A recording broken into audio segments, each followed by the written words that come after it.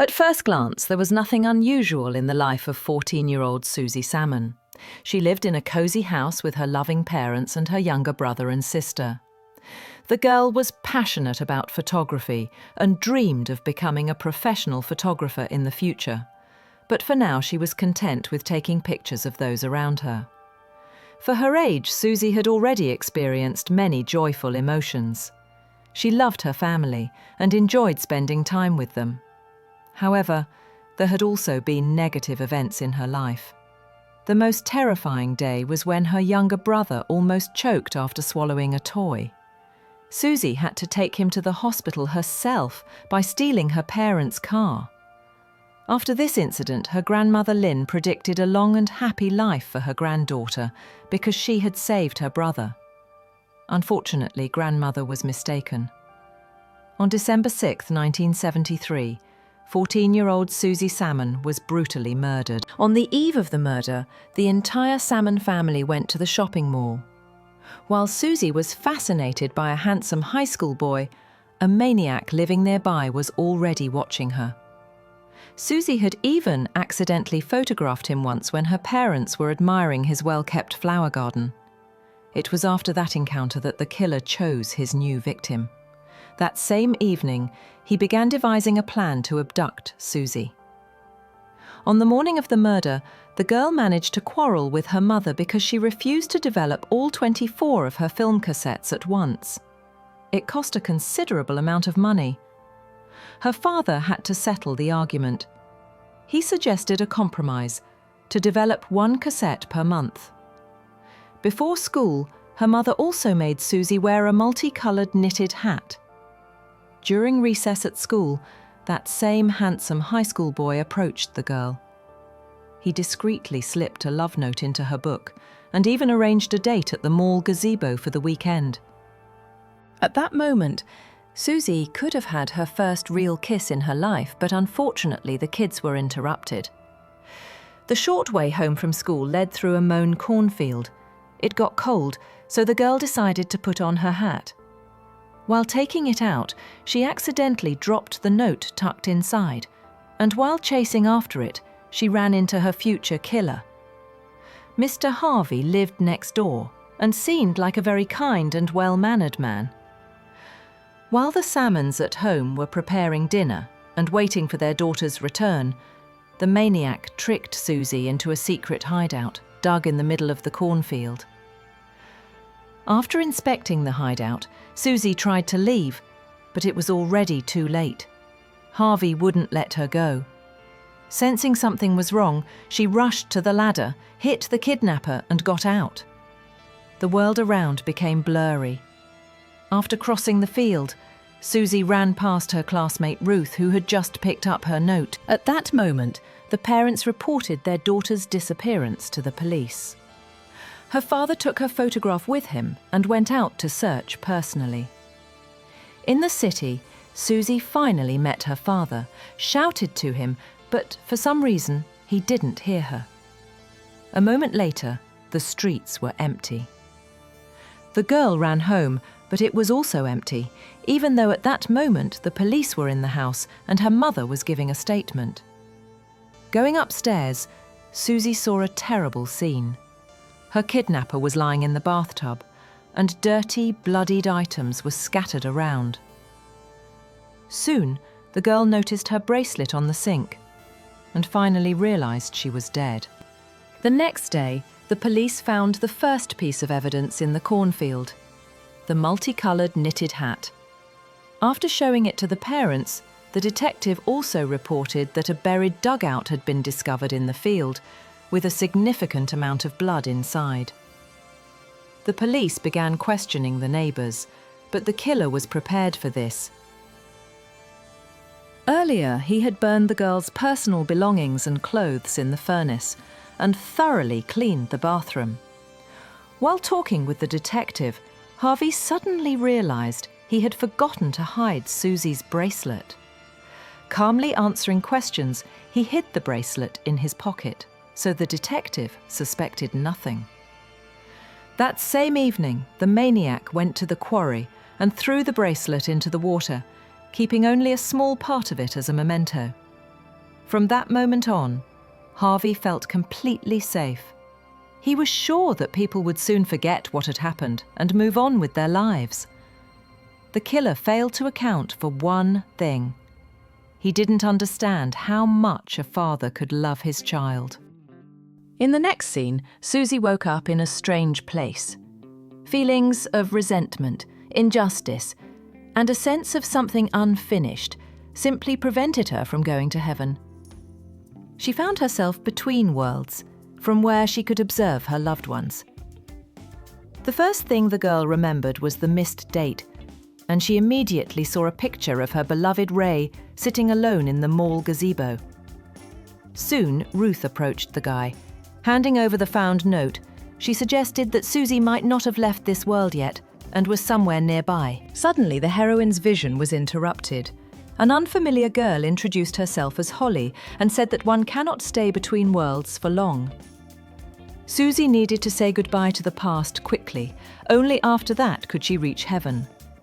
Despite their differences, the girls quickly became friends.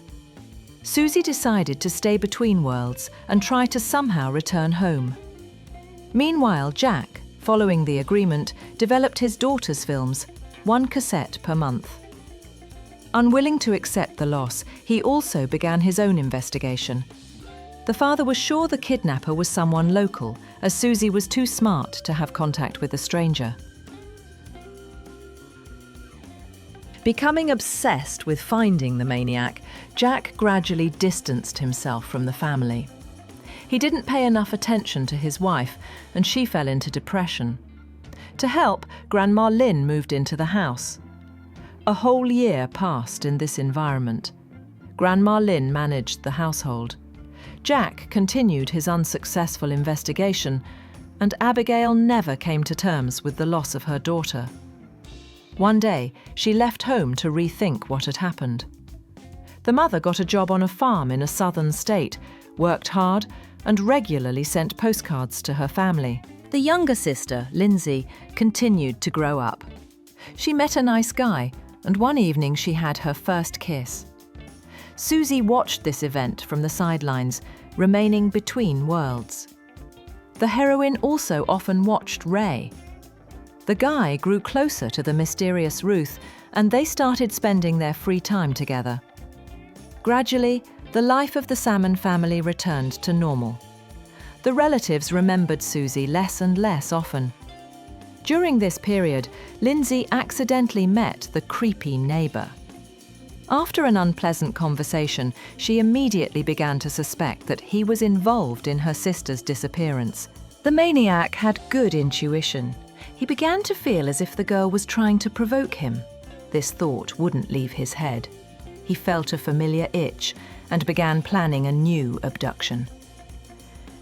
By this time, 2 years had passed since Susie's disappearance. Jack had just developed the last cassette, which featured their neighbour, Mr. Harvey. Looking at the photograph, the father had a bad feeling. That same evening, he went to the killer's house, where he was just preparing his new project, a hideout, supposedly for duck hunting. During the conversation, Jack began to remember Susie. In some strange, inexplicable way, he felt his daughter's pain and understood that Harvey was guilty of her death. After the incident, the detective warned the Salmons that without solid evidence they could not accuse their neighbour. That same evening, Jack, armed with a baseball bat, began staking out his house. A strange incident wasn't long in coming. Harvey came out and quickly disappeared into the cornfield. Jack tried to catch up with him, but mistakenly ran into a couple of teenagers. In the confusion, they mistook him for the maniac and started beating him. Harvey watched this with pleasure from the sidelines. The killer remained unpunished once again. For Susie, who was between worlds, this event was the last straw. She finally accepted her fate and decided to stop clinging to the past for the sake of her family. Overcoming herself, the girl learned the whole truth about her killer. It turned out that Harvey had previously taken the lives of 6 other girls, including 13-year-old Holly. her friend from the afterlife. Susie's own body was in a large safe hidden in the killer's basement. The only one who had not accepted Susie's death was her sister. When the neighbour was away on business, Lindsay broke the basement window and stealthily entered his house.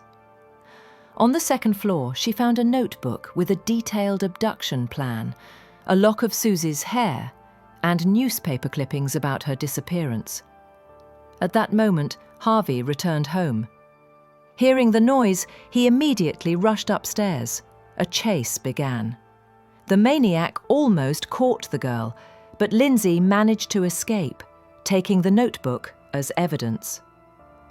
Running home, she was about to tell her father everything immediately, but unexpectedly ran into her returned mother in the living room. Confused, Lindsay gave the notebook to her grandmother, who immediately called the police. By the time the police arrived, Harvey had managed to escape, taking the safe with Susie's body with him. He headed out of town to dump it in a ravine at the dump. This strange scene was witnessed by Ruth, who lived nearby.